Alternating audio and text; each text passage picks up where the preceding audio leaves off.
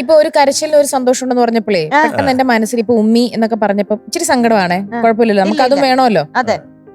ഈ അടുത്ത് നമ്മളെ വിട്ടുപിരിഞ്ഞ കലാഭവൻ നവാസുക്കയുടെ കാര്യം പെട്ടെന്ന് എന്റെ മനസ്സിലോട്ട് വന്നു. അവർ രണ്ടുപേരും തമ്മിലുള്ള സ്നേഹം, ഒരുപക്ഷെ അദ്ദേഹം നമ്മളെ വിട്ടുപോയതിനു ശേഷമായിരിക്കും പല ഇന്റർവ്യൂസും അതിന്റെ ഓരോരോ ക്ലിപ്പിംഗ്സ് ആയിട്ട് ഇങ്ങനെ വന്നുകൊണ്ടിരിക്കുമ്പം അതിൽ പറഞ്ഞ ഒരു വാക്ക്, അതൊരു ഭയങ്കര ഹാർട്ട് ടച്ചിങ് ആയിട്ട് എനിക്ക് തോന്നിയത്. രണ്ടുപേരും ഇങ്ങനെ സംസാരിച്ചപ്പം ഇക്കയ്ക്ക് എപ്പോഴും, നവാസുക്കയ്ക്ക് എപ്പോഴും ഭക്ഷണം കഴിച്ചതിന് ശേഷം കിടന്ന് ഉറങ്ങണം എന്നുണ്ട്. അപ്പൊ രഹനത്ത പറയും, എനിക്ക് ഉറങ്ങുന്ന എനിക്ക് ഇഷ്ടമല്ല, മരിച്ചു കഴിഞ്ഞാൽ എത്ര നേരം വേണേലും ഉറങ്ങല്ലോ, അപ്പൊ ജീവിച്ചിരിക്കുമ്പോ ഇങ്ങനെ കൂടെ ഇരിക്കുമ്പോഴല്ലേ എപ്പോഴും സംസാരിച്ചുകൊണ്ടിരിക്കും. അതൊരു അതെനിക്ക് ഭയങ്കര ഒരു വാക്കായി പോയി. നവാസുക്ക എന്ന് പറയുമ്പോ നമ്മുടെ കൂടെയൊക്കെ എല്ലാവരുടെയും കൂടെയും എത്രയോ സ്റ്റേജ് ഷോസിലൂടെ നമ്മളെ ചിരിപ്പിച്ച ശരിക്കും ഷോക്കിംഗ് ആയിരുന്നു നവാസുക്കയുടെ ഒരു വേർപാട്. ഈ അവസരത്തിൽ നമുക്ക് ടോപ്പ് സിംഗറിന്റെയും ഞങ്ങളുടെ എല്ലാവരുടെയും പ്രാർത്ഥന അദ്ദേഹത്തിന്റെ ആത്മാവിന് നിത്യശാന്തി നൽകട്ടെ എന്ന് നമ്മൾ ആത്മാർത്ഥമായി പ്രാർത്ഥിക്കുകയാണ്.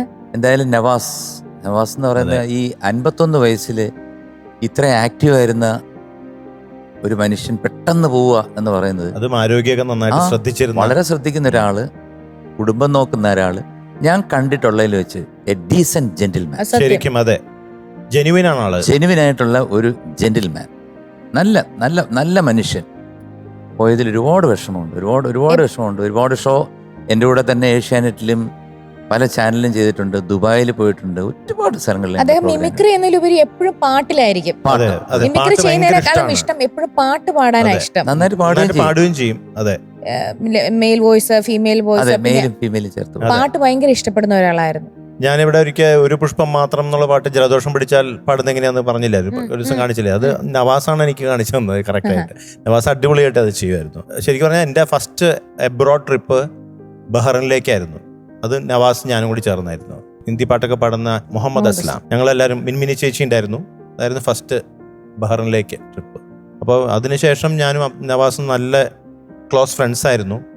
ഇടയ്ക്കിടയ്ക്ക് എൻ്റെ വീട്ടിലേക്ക് വരാറുണ്ടായിരുന്നു. എൻ്റെ കല്യാണത്തിന് മുമ്പും ഒക്കെ എൻ്റെ വീട്ടിലേക്കൊക്കെ ചാലക്കുടിയിൽ ഞാൻ താമസിക്കുമ്പോൾ വരാറുണ്ടായിരുന്നു.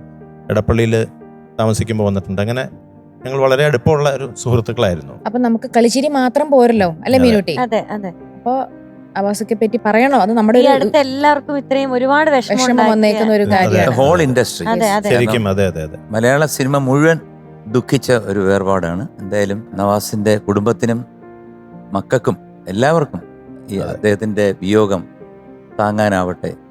താങ്ങാനുള്ള ശക്തി നൽകട്ടെ, ദൈവം കൊടുക്കട്ടെ എന്ന് പ്രാർത്ഥിക്കുന്നു. ആദരാഞ്ജലികൾ.